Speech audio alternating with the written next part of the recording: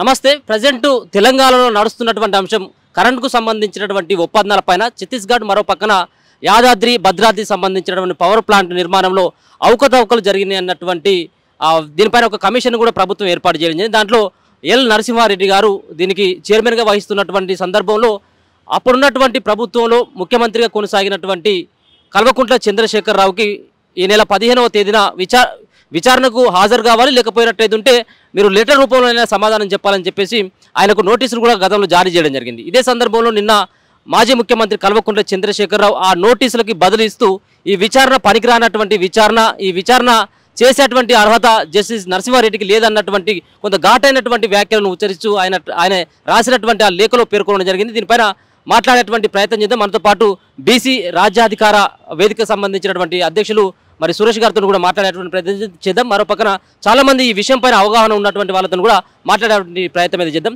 అన్న చెప్పండి అన్న, నిన్న ఏదైతే ఒక లేఖ రాయడం జరిగింది విద్యుత్ సంబంధించినటువంటి ఒప్పందాలపైన ఖచ్చితంగా ఈ కమిషన్ సమాధానం చెప్పాలని చెప్పేసి మాజీ ముఖ్యమంత్రికి లెటర్ రాసినటువంటి సందర్భంలో ఆయన ఈ విధంగా ఒక జస్టిస్ అయినే మరో పక్కన ఈ సంబంధించినటువంటి ఆ కమిషన్ ఏదైతే జ్యుడిషియల్ కమిషన్ చైర్మన్గా భావిస్తున్న తరుణంలో ఆయనను ఈ విధంగా ఉచ్చరిస్తూ లేఖ రాయడం ఏ విధంగా చూడొచ్చు? ప్రధానంగా ఏంటంటే తెలంగాణ ఏర్పడేటువంటి సమయం లోపల అనేక మంది నిధులు నియామకాలు కూడా ఆంధ్ర ప్రాంతానికి తరలిపోతున్నాయి అనేటటువంటి ప్రధానమైన అంశంతో ఏంటంటే చాలా పెద్ద ఎత్తున ఉద్యమం జరిగి మనం తెలంగాణ ఏర్పాటు చేసుకున్నాం. తెలంగాణ ఏర్పాటు చేసుకున్న తర్వాత ఏంటంటే మనకు విద్యుత్కి సంబంధించినటువంటి అనేక సమస్యలు ఉన్నాయి. విద్యుత్ సరిగా సరిపోవట్లేదని చెప్పేసి అని అప్పుడు ఏంటంటే ప్రత్యేకమైనటువంటి డిస్కమ్స్ ఏర్పాటు చేయడం కావచ్చు, అదే రకంగా మన పక్కన రాష్ట్రంలో ఉన్నటువంటి ఛత్తీస్గఢ్ కావచ్చు, లేకపోతే ఏంటంటే మధ్యప్రదేశ్ అటువంటి ప్రాంతాల నుంచి కూడా మనం కొంత విద్యుత్ని కూడా కొనుగోలు చేయడం జరిగింది. అయితే ఈ విద్యుత్ కొనుగోలు చేసినటువంటి తరుణం లోపల ఏంటంటే కొంత విద్యుత్ని కొంత ఎక్కువ రేటు కూడా మనం కొనుగోలు చేసినటువంటి సమాచారం ఏంటంటే మనకు ఉన్నది. అయితే ఇప్పుడు ప్రభుత్వం కొత్తగా అంటే ఇప్పుడు ఏదైతే కేసీఆర్ ప్రభుత్వం 10 సంవత్సరాలు నడిచిన తర్వాత ఇప్పుడు ఏర్పడినటువంటి ప్రభుత్వము ఇందులో అంటే విద్యుత్కి సంబంధించిన డిస్కంలకు దాదాపు 83,000 కోట్ల రూపాయల వరకు కూడా ఏంటంటే మన ప్రభుత్వము బాకీ ఉన్నటువంటి విషయాన్ని ఏంటంటే వాళ్ళు స్పష్టంగా చెప్తా ఉన్నారు. మరి అంత పెద్ద మొత్తం లోపల బాకీ ఎందుకు ఏర్పడ్డది? దీని మీద అసలు ఇంత పెద్ద మొత్తం లోపల బాకీ ఏర్పడాల్సిన అవసరం ఏంటిది? సరే, ఒక దిక్కు ఏంటంటే 24 గంటలు కరెంట్ ఇస్తున్నాము, అసలు కరెంటుకు అసలు అంతరాయం లేదు అనేటటువంటి విధంగా ఏదైతే మన కేసీఆర్ సర్కారు చేసినటువంటి స్టేట్మెంట్ల మీద కాంగ్రెస్ వాళ్ళు ఏంటంటే డైరెక్ట్ ఈ సబ్స్టేషన్ దగ్గర పోయి ఏంటంటే ఇక్కడ కరెంట్ రావట్లేదు, కేవలం 10 గంటలు 12 గంటలు మాత్రమే రైతులకు కరెంట్ దొరుకుతుందని చెప్పేసి కూడా వాళ్ళు ఆరోపణలు చేయడం జరిగింది. సరే, ఇవన్నీ ఆరోపణలు చేసుకున్న తర్వాత ఏంటంటే రాజకీయంగా ఆ ఎన్నికలు ముగిసిన తర్వాత ఇప్పుడు ప్రత్యేకంగా ఏంటంటే అసలు ఆ 83,000 కోట్ల రూపాయలు అంతకు మించినటువంటి అప్పులు ఏవైతే డిస్కంల మీద ఉన్నాయో ఈ డిస్కంల మీద ఏర్పడిన అప్పులు నిజమేనా? అసలు దీని మీద ఇంత అప్పు చేయాల్సిన అవసరం ఎందుకు వచ్చిందని చెప్పేసి అని ఇప్పుడున్నటువంటి రేవంత్ సర్కార్ ఏంటంటే దాని మీద విచారణకు అభ్యర్థించడం జరిగింది.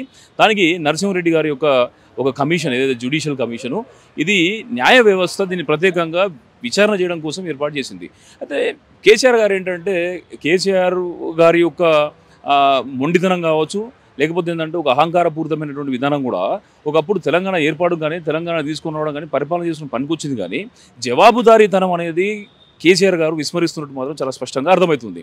నేను ఏమంటున్నా అంటే ఇవాళ ఇప్పుడు శ్రీకృష్ణ కమిషన్ ఏర్పాటు చేసిన తర్వాత అయితే వచ్చిన రిపోర్ట్ ఏంటంటే మనకు అదొక జ్యుడిషియల్ కమిషన్, అది కూడా మనకు అనుకూలమైన తీర్పు ఇచ్చింది కదా. నిజంగానే కనుక ఇప్పుడు ఏర్పడినటువంటి నరసింహారెడ్డి గారి యొక్క కమిషన్ కూడా తెలంగాణ ప్రజలకు ఉపయోగపడే విధమైనటువంటి తీర్పునిచ్చేటటువంటి విధంగా ఉండేది ఉంటే మీరు దానికి సమాచారం ఇవ్వాల్సి ఉంటుంది. అది తప్పించి ఏదైతే కమిషన్ ఏర్పడదో కమిషన్ని ఏదో ప్రతిపక్షాలను తిట్టినట్టు ఏంటంటే మీరు నానా బూతులు తిట్టడం కానీ లేకపోతే దానికి విలువ లేకుండా చేయడం అనేది కేవలం ఒక వ్యక్తిని విస్మరించినట్టు, వ్యక్తిని ఒక రకంగా మీరు ఆయన తిట్టినట్టు కాదు. అది ఏంటంటే న్యాయస్థానాన్ని, చట్టాన్ని, రాజ్యాంగాన్ని కూడా అగౌరవపరిచినట్టు అయిద్దని చెప్పేసి అని ఈరోజు మేము చాలా స్పష్టంగా తెలియజేస్తున్నాం.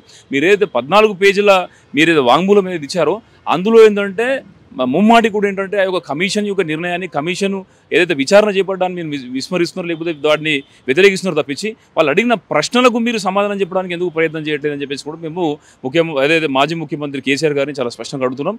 ఇది ఈ రకమైనటువంటి ఒక నాయకుడు సమాజం లోపల ఆదర్శవంతంగా ఉండాలి, ప్రజలకు కానీ లేకపోతే ఇతర నాయకులకు ఆదర్శవంతంగా ఉండాల్సినటువంటి వ్యక్తి, 10 సంవత్సరాలు ముఖ్యమంత్రిగా చేసినటువంటి వ్యక్తి ఒక ఆదర్శవంతంగా ఉండాల్సింది పోయి న్యాయ వ్యవస్థని కించపరిచేటటువంటి విధంగా, ఒక జ్యుడిషియల్ కమిషన్ వ్యతిరేకించేటటువంటి విధంగా అది కేవలం ఒక రాజకీయ కోణంతోనే వాళ్ళు ఒక రకమైనటువంటి ఎంక్వైరీ చేస్తున్నటువంటి ఆరోపించడం అనేది సరైన విధానం, సరైన విషయం కాదని చెప్పేసి మేము స్పష్టం చేస్తున్నాం.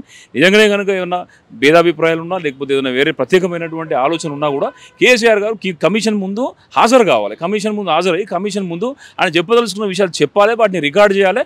నీకు నిజంగానే కనుక ఏదైనా సమస్య ఉండేది ఉంటే మీరు తప్పకుండా హైకోర్టులో కానీ సుప్రీంకోర్టులో అప్పీల్కి వెళ్ళొచ్చు కదా. మీకు కూడా ప్రాథమిక హక్కులు ఉన్నాయి కదా. మీరు ఇచ్చేటటువంటి, ఎందుకంటే కమిషన్ అనేది ఒక రాజ్యాంగపూరితంగా ఏర్పడినప్పుడు దాన్ని గౌరవించేది ఉంటే దేశ ప్రజలకు కానీ, పౌరులకు కానీ, లేకపోతే ఇతర నాయకులకు కూడా ఏదైనా మీరు ఆదర్శంగా ఉంటారు. అలా కాకుండా మీరు విస్మరించి ప్రతిసారి కూడా ప్రతిపక్షాలను విమర్శించినట్టే కమిషన్లను, జ్యుడిషియల్ కమిషన్ కూడా విమర్శిస్తా అంటే ఏంటంటే మీరు ఇంకా కూడా లోకం అయ్యేటటువంటి అవకాశం ఉందని చెప్పేసి కూడా నేను కేసీఆర్ గారికి కూడా చాలా ప్రత్యేకంగా కూడా ఈ విషయాన్ని తెలియజేస్తున్నాం.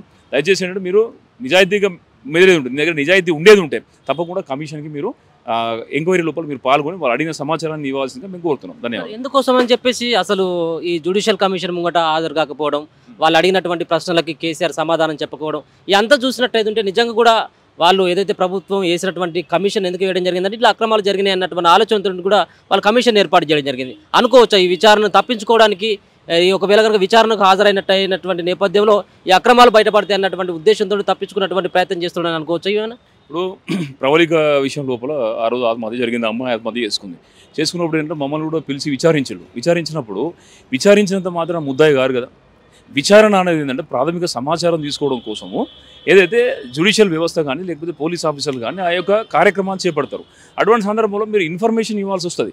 మీరు 10 సంవత్సరాలు ప్రజలకు ప్రతినిధిగా ఉన్నారు కాబట్టి, 10 సంవత్సరాలు మీరు అధికారంలో ఉన్నారు కాబట్టి మీరు వాళ్ళు అడిగినటువంటి సమాచారాన్ని ఇవ్వాల్సినటువంటి బాధ్యత మీ మీద ఉన్నది. ఎందుకంటే 1-2 రోజులు కాదు, 1-2 రూపాయలు కాదు, కోట్లు కాదు, అది దాదాపు 85,000 కోట్ల రూపాయలు ఏవైతే డిస్కంలోకి వచ్చినటువంటి లాసులు కావచ్చు, మీరు చెల్లించినటువంటి డబ్బులు కావచ్చు, ఈరోజు అప్పుల రూపం లోపల తెలంగాణ మెడ చుట్టూ వేలాడుతున్నాయి. కాబట్టి దానిని స్పష్టపరచాల్సిన బాధ్యత కానీ దానిని విశదీకరించి చెప్పాల్సినటువంటి బాధ్యత మీ మీద ఉంటుంది. మీరు చెప్పకపోవడం అంటే ఏంటంటే దాన్ని ఇప్పుడు ఏదో సామెత ఉంటుంది ఏంటంటే ఏదో రకంగా ఏంటంటే దాన్ని దాటవేత ధోరణిని అవలంబిస్తున్నట్టు ఏంటంటే చాలా స్పష్టంగా అర్థమవుతుంది. సరే, మోటు సామెతలు కేసీఆర్ చాలా బాగా చెప్తారు.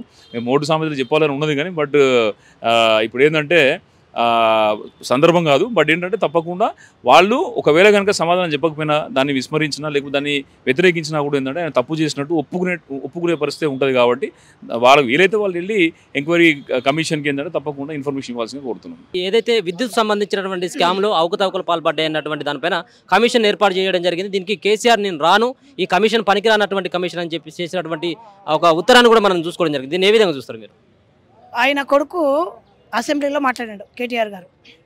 ఏమంటే మేము తప్పు చేస్తే మీరు కమిషన్ వేసుకోని చెప్పిండు. వాళ్ళే చెప్పారు, అది రికార్డెడ్ ఉంది, అసెంబ్లీలో రికార్డింగ్ ఉంది.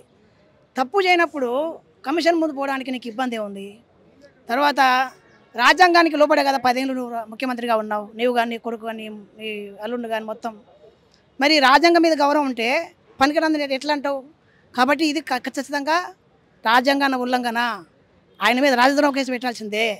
రాజద్రోహం అంటే రాజ్యాంగాన్ని ఎవరైతే గౌరవించారో వాళ్ళ మీద రాజద్రోహం కేసు పెట్టాల్సిందే. ఇది మాలగా మేము డిమాండ్ చేస్తూ ఉన్నాం. రేవంత్ రెడ్డి గారు మీకు సవాలు కదా, మీరు అసెంబ్లీలో మాట్లాడండి, కొడుకే మాట్లాడండి. కేటీఆర్ మా మీద ఎట్లాంటి కమిషన్ వేసుకొని మేము సిద్ధంగా ఉన్నాం చెప్పడానికి. మాకు భయం లేదన్నావు కదా, మరి భయం లేకపోతే నువ్వు ఎందుకు వస్తావు, ఎందుకు వస్తావు అని నువ్వు తప్పు చేసినావు అని చెప్పి నువ్వే కంప్లైంట్ అయినట్టు. బయటకు వస్తే నువ్వు నీ చికెట్ పాకతో ఎక్కడ బయటపడతావు అని చెప్పి నువ్వు బయటకు వస్తావు. ఖచ్చితంగా తప్పేసిన శిక్ష తప్పదని చెప్పి అది ఎక్కడైనా ఉంది, రాజ్యాంగంలో ఖచ్చితంగా ఉంటుంది. కొద్దిగా లేట్గా వచ్చేమో మేము గవర్నమెంట్కి అప్పీల్ చేస్తున్నాం, తెలంగాణ గవర్నమెంట్కి, రేవంత్ రెడ్డి గారికి. గతంలో ఇంతకుముందు చెప్పినట్టుగా ఫాస్ట్ ట్రాక్ కోర్టులు అనేటివి ఫోక్సో చట్టాలు కానీ, లేకపోతే అట్రాసిటీ చట్టాలు కానీ వర్తిస్తుంది. ఈయన అంతకన్నా దుర్మార్గుడు కేసీఆర్. అత్యంత లాభంలో ధనిక రాష్ట్రాన్ని అత్యంత పేదరికం ఉన్నటువంటి దుర్మార్గుడు. కాబట్టి ఎంత తిన్నో అంత కక్కించే ఏర్పాట్లో రేవంత్ రెడ్డి ముందుకు వెళ్ళాలి తప్ప అక్కడ ఆగితే ఆయన కూడా ఆయనతో అడ్డగానంటే మేము అనిపిస్తాం, మాలగా మేము భావిస్తాం. అట్లా కాడు అనుకుంటున్నాం. ఒకవేళ అయితే మాత్రం ఖచ్చితంగా ఎవరు ప్రజల బుద్ధి చెప్తారు. ఖచ్చితంగా రేపు జరిగే లోకల్ ఎలక్షన్స్లో నువ్వు కనుక కేసీఆర్ను ముందు చెప్పిన అరెస్ట్ చేపిస్తాను చెప్పి ఆయన తప్పేసింది కాబట్టి నీకు చెప్తున్నావు అరెస్ట్ చేస్తాను. అరెస్ట్ చేయించు. అరెస్ట్ చేయించడానికి రాజధాని దెబ్బలు కోదావునా? ఏం లేదు కదా. జ్యుడిషియల్ పవర్స్ ముందు చెప్పడానికి ఇబ్బంది ఏముంది? నీకు జడ్జి నువ్వు అడ్వకేట్ పెట్టుకో. గతంలో కోర్టుకు పోయినావు కదా, నువ్వు జైలుకు పోయినట్టు కదా, ప్రాణం తెగించి అదేంటి నిమిషంలో లోపల లిక్కర్ దాకా బయటకు వచ్చి మళ్ళీ ముద్దు దుడుచుకునేటువంటి గొప్ప నేతావు కదా. నీకేం అంత సిగ్గిపోతుంది? కాబట్టి ఖచ్చితంగా కేసీఆర్ని అరెస్ట్ చేయాల్సిందే. కేసీఆర్తో పాటు ఆయన కొడుకును మొత్తం ఫ్యామిలీ మెంబర్స్ మొత్తం మీద అందరు వాళ్ళ ఫోన్ మొత్తం ట్యాపింగ్ అయింది కదా, ట్యాపింగ్లో వీళ్ళ ఫోన్ కూడా ట్యాప్ చేయాలి. ఇప్పుడు ట్యాప్ చేసి గతంలో ఎవరెవరితో మాట్లాడినరు, ఇది ఎందుకు లిక్కర్ స్కామ్తో బిడ్డ అక్కడ వెళ్ళింది, ఇంకా కొడుకు ఏమి ఎన్ని స్కామ్ చేసిండు, అల్లుడు ఎన్ని స్కామ్ చేసిండు, ఈయన ఎన్ని స్కామ్ చేసిండు, ఇంకా ఈయన ఎంపీ సతీష్ కుమార్ ఉంటాడు, సతీష్ విద్యుత్ మీదనే. అదే ఇది దీని వెనుక ప్రతి దాంట్లో ప్రతి ఆయన చేసే స్కామ్లో సంతోష్ కుమార్ ఉన్నాడు అని మేము భావిస్తూ ఉన్నాం. కాబట్టి సంతోష్ కుమార్ కూడా నోటీసు పంపించాల్సి మేము కమిషన్కి అప్పీల్ చేస్తూ ఉన్నాం. పంపించి వెంటనే అరెస్ట్ చేయాల్సిందే డిమాండ్ చేస్తూ ఉన్నాం. చేయకపోతే మాత్రం ఖచ్చితంగా రేవంత్ రెడ్డి కూడా తగిన బలి చెల్లించుకు తప్పదని చెప్పి తెలియజేస్తాం. భావిస్తూ ఉన్నారా ఈ విద్యుత్ సంబంధించినటువంటి దీంట్లో కుంభకోణం జరిగింది, కమిషన్ కేసీఆర్ తీసుకున్నారని చెప్పేసి భావిస్తూ ఉన్నారా మీరు? ఇప్పుడు భావిస్తున్నాం కాబట్టి ఇప్పుడు నేను భావిస్తున్నా, ఖచ్చితంగా మేము 100% భావిస్తూ ఉన్నాము. ఆయన జరగలేదని చెప్పాలి కదా, తప్పు చేయడానికి భయం ఎందుకు? మేము భావిస్తాం, ఖచ్చితంగా భావిస్తూ ఉన్నాం. ఎందుకనంటే అసలు ఏమి ఒక యూనిట్ కన్నా 2 యూనిట్ కన్నా మిగతా దేశాలతో పోల్చుకుంటే పాకిస్తాన్ కన్నా మన దగ్గర ఎక్కువ ఉంది రేటు, కరెంటు బిల్లు రేటు అన్నప్పుడు మరి నువ్వు ఎట్లా? మన దగ్గర కరెంటు మన దగ్గర ఉంది, మన దగ్గర ఎన్టీపీసీ ఉంది, మన దగ్గర ఇంకా శ్రీశైలం మన దగ్గర ఉంది, చాలా ఉన్నాయి కదా. నాగర్ సాగర్లో మన విద్యుత్ మన సరిపోదా? ఎందుకున్న బయట నుంచి మన దగ్గర సరిపోదా? ఏపీ ఉన్నప్పుడు సరిపోయింది, ఇప్పుడు సరిపోదు. ఏపీ ఉన్నప్పుడే సరిపోయింది కరెంటు, ఏపీ తెలంగాణ అయిపోయినది సపరేట్ అయిపోయింది, సరిపోదు. నేను కొత్తగా ఏమైనా కొత్త క్రియేషన్ చేసినావా? కొత్త కంపెనీలు ఏమైనా పెట్టినావా? ప్రభుత్వ కంపెనీలు ఏమైనా పెట్టినా? ఉన్నాయి, మొత్తం చేసినావు కదా. ఇంకా కరెంట్ ఎట్లా కలింది? కాబట్టి ఇది నాణ్యమైన విద్యుత్ అన్నాడు కదా ఆయన. నాణ్యమైన విద్యుత్ ఉన్నప్పుడు నువ్వు కూడా నాణ్యమైన వ్యక్తి కదా. నాణ్యమైన వ్యక్తికి ఇంత నాజుకు ఎందుకు ముందుకు రావాలని, అది పనికిరాని చెప్పడం తప్పు కదా.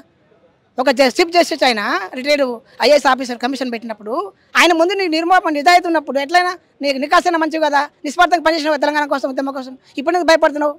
కాబట్టి ఒక జడ్జిని ఆయన తిట్టలేదు, ఇప్పుడు రాజ్యాంగం తిడుతున్నాడు ఆయన అగ్గపరిచిన రాజ్యాంగాన్ని. కాబట్టి ఆయన మీద రాజ్యాంగ ద్రోహ కేసు పెట్టని చెప్పి మాలమానగా జాతీయ అధ్యక్షుడు నా పేరు శ్రీకృష్ణ మేము డిమాండ్ చేస్తాం, ప్రభుత్వం డిమాండ్ చేస్తాం.